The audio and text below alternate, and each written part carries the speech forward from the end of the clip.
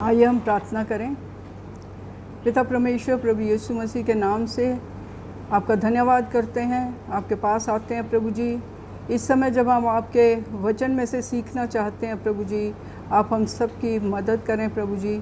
आपका धन्यवाद करते हुए ये प्रार्थना आपके प्यारे बेटे हमारे खुदावंद यीशु मसीह के नाम से मांगते हैं, आमीन। सुबह की बरकत यानी यीशु की बरकत प्रोग्राम में आप सबका स्वागत है। और इस समय हम वचन में से सीखना चाहते हैं मत्ती की अंजील और उसका 24 अध्याय, उसकी 3 आयत से लेकर 14 आयत तक पढ़ेंगे। यहाँ लिखा है, इसका हेडिंग है संकट और कलेश। और इसमें लिखा है, जब वह जैतून पहाड़ पर बैठा था तो चेलों ने एकांत में उसके पास आकर कहा, हमें बता कि ये बातें कब होंगी, तेरे आने का और जगत के अंत का क्या चिन्ह होगा। यीशु ने उनको उत्तर दिया, सावधान रहो, कोई तुम्हें ना भरमाने पाए, क्योंकि बहुत से ऐसे होंगे जो मेरे नाम से आकर कहेंगे मैं मसीह हूँ, और बहुतों को भरमाएंगे। तुम लड़ाइयों और लड़ाइयों की चर्चा सुनोगे तो घबरा ना जाना, क्योंकि इनका होना अवश्य है, परंतु उस समय अंत ना होगा। क्योंकि जाति पर जाति और राज्य पर राज्य चढ़ाई करेगा, और जगह जगह अकाल पड़ेंगे और भूकंप होंगे। ये सब बातें पीड़ाओं का आरंभ होंगी। तब वे कलेश देने के लिए तुम्हें पकड़वाएंगे और तुम्हें मार डालेंगे, और मेरे नाम के कारण सब जातियों के लोग तुमसे बैर रखेंगे। तब बहुत से ठोकर खाएंगे और एक दूसरे को पकड़वाएंगे और एक दूसरे से बैर रखेंगे। बहुत से झूठे भविष्यद्वक्ता उठ खड़े होंगे और बहुतों को भरमाएंगे। अधर्म के बढ़ने से बहुतों का प्रेम ठंडा पड़ जाएगा, परंतु जो अंत तक धीरज धरे रहेगा उसी का उद्धार होगा। और राज्य का यह सुसमाचार सारे जगत में प्रचार किया जाएगा कि सब जातियों पर गवाही हो, तब अंत आ जाएगा। परमेश्वर के वचन में यहाँ हम अंत के समय के बारे में पढ़ रहे हैं, और ये अंत का समय जो है ये अभी बहुत निकट है। और चेलों ने प्रभु यीशु मसीह के पास आकर उनसे पूछा कि हमें बता कि ये बातें कब होंगी, और तेरे आने का और जगत के अंत का क्या चिन्ह होगा। जगत के अंत का क्या चिन्ह होगा। जैसा कि हम आजकल देख रहे हैं कोरोना वायरस के बारे में, मार्च से हम लोग सुन रहे हैं, और मार्च से सुनते सुनते ये जुलाई शुरू हो गई है, लेकिन अभी तक कोरोना वायरस किसी भी तरह से ख़त्म नहीं हो रहा है, और केसेस दिन प्रतिदिन बढ़ते चले जा रहे हैं, और काफ़ी मौतें भी हो रही हैं। बहुत सारे लोग इस दुनिया से चले गए हैं। हम नहीं जानते कि उन लोगों ने प्रभु यीशु मसीह के बारे में सुना या नहीं सुना, लेकिन हम विश्वास करते हैं, क्योंकि जैसा परमेश्वर के वचन में लिखा है कि ये राज्य का सुसमाचार सारी जातियों में प्रचार किया जाएगा, तब अंत आ जाएगा। तो जबकि ये सुसमाचार सब जातियों में प्रचार हो रहा है, तो हम विश्वास करते हैं कि जो लोग इस दुनिया से चले गए उन लोगों ने ज़रूर प्रभु यीशु मसीह के वचन को सुना होगा। अब यीशु मसीह अपने चेलों को क्या बताते हैं। उन्होंने कहा है, 4 आयत में लिखा है कि सावधान रहो, कोई तुम्हें भरमाने ना पाए, क्योंकि बहुत से ऐसे होंगे जो मेरे नाम से यानी कि प्रभु यीशु मसीह के नाम से आकर कहेंगे कि मैं मसीह हूँ, और बहुतों को भरमाएंगे। और फिर 6 आयत में लिखा है, तुम लड़ाइयाँ और लड़ाइयों की चर्चा सुनोगे तो घबरा ना जाना। लड़ाइयाँ, जैसा हम लोग सोचते हैं कि हम सब ने लड़ाइयों के बारे में सुना है। फर्स्ट वर्ल्ड वॉर हुई, सेकेंड वर्ल्ड वॉर हुई, और जातियों ने जातियों के ऊपर चढ़ाइयाँ की, और उसके बाद देशों में, अलग अलग देशों में लड़ाइयाँ हो रही हैं। और जैसा भारत में भी काफ़ी लड़ाइयाँ हुई हैं, और ये लड़ाइयाँ जो हैं ये इनका होना अवश्य है, क्योंकि यहाँ पे लिखा हुआ है कि तुम लड़ाइयों और लड़ाइयों की चर्चा सुनोगे तो घबरा ना जाना, क्योंकि इनका होना अवश्य है। लेकिन उसके बाद ये लिखा है कि परंतु उस समय अंत ना होगा। सो जब ये लड़ाइयाँ हो रही हैं तो उस समय अंत अभी बाकी है, अंत अभी नहीं हुआ है। और आजकल भी जैसे हम लोग सुन रहे हैं, एक तो ये कोरोना ही है जो कि एक बड़ी लड़ाई है, लेकिन दूसरी लड़ाइयाँ जो जाति पर जाति चढ़ाई करेगी, और ऐसा भी हो रहा है। और कब तक होगा ये हम नहीं जानते हैं, लेकिन बाइबल के हिसाब से ये सब होना ज़रूर है। और 7वीं आयत में लिखा है, क्योंकि जाति पर जाति और राज्य पर राज्य चढ़ाई करेगा और जगह जगह अकाल पड़ेंगे और भूकंप होंगे। और ये भूकंप भी बहुत ज़्यादा हो रहे हैं। अभी पिछले ही दिनों में हम लोग रोज़ टीवी पे सुनते थे कि ये भूचाल आ रहे हैं, दिल्ली में काफ़ी आए हैं, दिल्ली एनसीआर में, और भी बहुत सारी जगहों में भूचाल आए हैं। और जैसा मुझे याद है, मैंने अपने जीवन में अभी तक काफ़ी भूचाल देख लिए हैं। और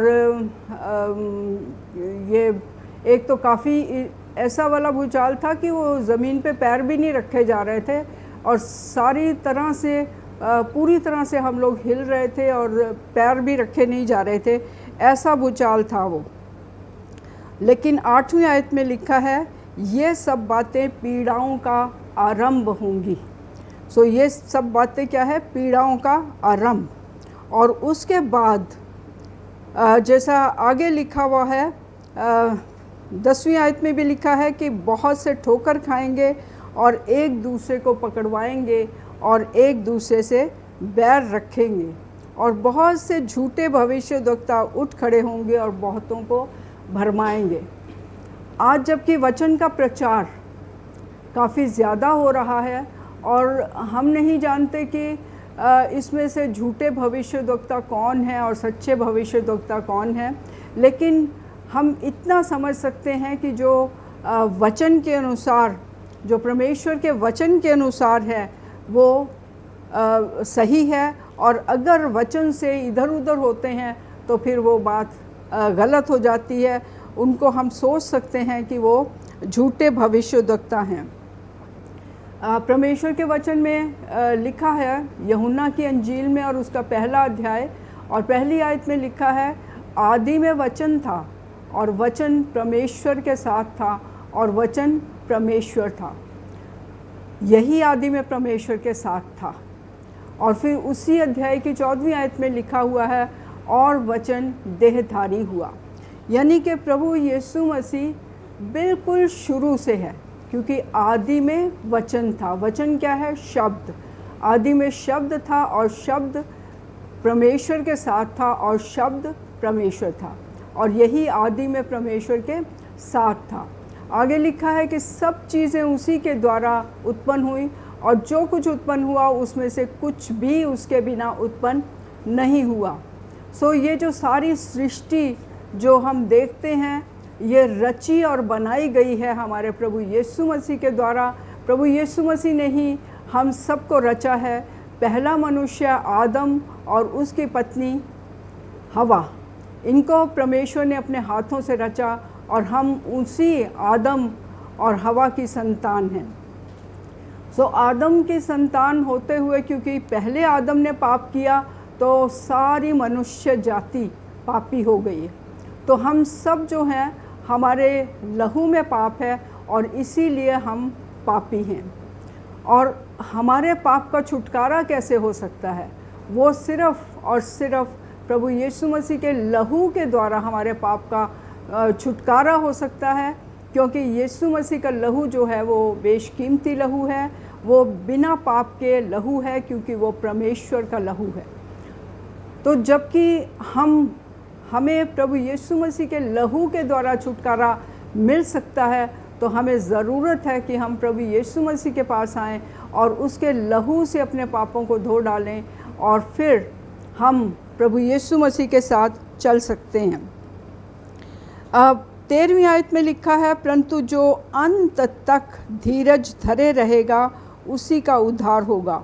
और उसके ऊपर 12वीं आयत में लिखा है, अधर्म के बढ़ने से बहुतों का प्रेम ठंडा पड़ जाएगा। हम अपने प्रभु यीशु मसीह से लिपटे रहें ताकि किसी भी तरह से अधर्म के बढ़ने से हमारा प्रेम ठंडा ना हो। दुनिया भर में अधर्म बढ़ रहा है क्योंकि यीशु मसीह के पीछे चलने वाले लोग भी बहुत से ऐसे हैं, जैसा सुनने में आता है, जो कि प्रभु यीशु मसीह के पीछे सही रीति से नहीं चलते हैं। तो हमें इन आखिरी दिनों में प्रभु यीशु मसीह के पीछे सही से चलना है, उसके वचन के अनुसार। ये सही से चलना क्या होता है? जो कुछ वचन में लिखा है, जब हम वचन के अनुसार चलते हैं तो हम अच्छी रीति से यीशु मसीह के पीछे चल पाते हैं, क्योंकि जो कुछ वचन में कहा गया है, जब हम यीशु मसीह की बातें मानते हैं, उसके वचन के अनुसार चलते हैं, तो हम सही रीति से यीशु मसीह के पीछे चलते हैं। जो अंत तक धीरज धरे रहेगा, यानी कि जो बातें ऊपर लिखी गई हैं, उन बातों के साथ हमें क्या करना है? जो अंत तक धीरज धरे रहेगा। अब दुनिया का अंत कब होगा वो तो हम नहीं जानते, लेकिन जिस दिन हमारा अंत हो गया, हमारे जीवन का अंत हो गया, हम में से किसी के जीवन का भी अंत हो गया, तो वो हमारा आखिरी दिन होता है।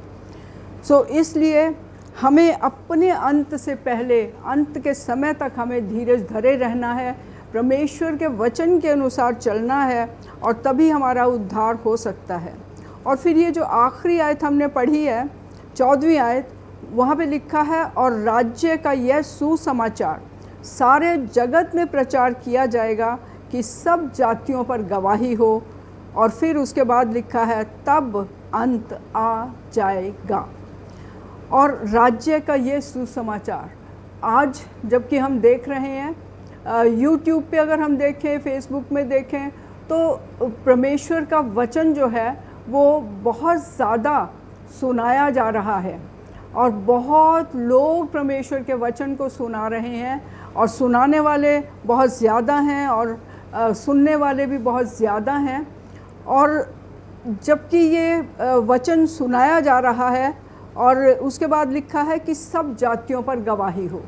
कोई जाति ऐसा नहीं कह पाएगी कि हमने प्रभु यीशु मसीह के वचन को नहीं सुना है। और फिर आखिर में लिखा है, तब अंत आ जाएगा। चेले जैसा पूछ रहे थे कि हमें बता कि ये बातें कब होंगी, तेरे आने का और जगत के अंत का क्या चिन्ह होगा। तो ये चिन्ह जो है, ये जैसे 14वीं आयत में लिखा है कि जब राज्य का यह सुसमाचार मतलब प्रभु यीशु मसीह का अच्छा समाचार, और फिर सारे जगत में प्रचार किया जाएगा। और आजकल ऐसा ही हो रहा है कि सारे जगत में यूट्यूब के द्वारा और दूसरी चीज़ों के द्वारा प्रभु यीशु मसीह का सुसमाचार सुनाया जा रहा है। शैतान ने ये यूट्यूब का जो इस्तेमाल किया था कि वो लोगों को भटकाने के लिए, बहकाने के लिए किया था, लेकिन परमेश्वर का धन्यवाद हो कि वो ही यूट्यूब के द्वारा आज प्रभु यीशु मसीह का सुसमाचार सारी दुनिया में सुनाया जा रहा है। और इस बात के लिए हम धन्यवाद करते हैं, और हमें बहुत ही ज़्यादा तैयार रहने की ज़रूरत है, क्योंकि लिखा है तब अंत आ जाएगा। इससे पहले कि अंत आए और हम प्रभु यीशु मसीह के बारे में ना जान पाएँ, हमें जो ज़रूरत है वो ये कि हम परमेश्वर के वचन को पढ़ें और फिर परमेश्वर के वचन के अनुसार चलें। परमेश्वर का धन्यवाद करते हैं। परमेश्वर के वचन में सब कुछ लिखा है कि हमें किस तरह से चलना चाहिए। हमें परमेश्वर के वचन को पढ़ने की बहुत ज़्यादा ज़रूरत है और परमेश्वर के वचन के अनुसार चलने की ज़रूरत है। आइए प्रार्थना करें। पिता परमेश्वर, धन्यवाद करते हैं आपके वचन के लिए। इस समय जो कुछ भी सुना गया उसके लिए आपका धन्यवाद करते हैं, और हम विश्वास करते हैं कि इस वचन के द्वारा बहुत लोगों ने आशीष पाई है और बहुत लोग आशीष पाएंगे। धन्यवाद के साथ प्रभु यीशु के प्यारे और मीठे नाम में मांगते हैं, आमीन।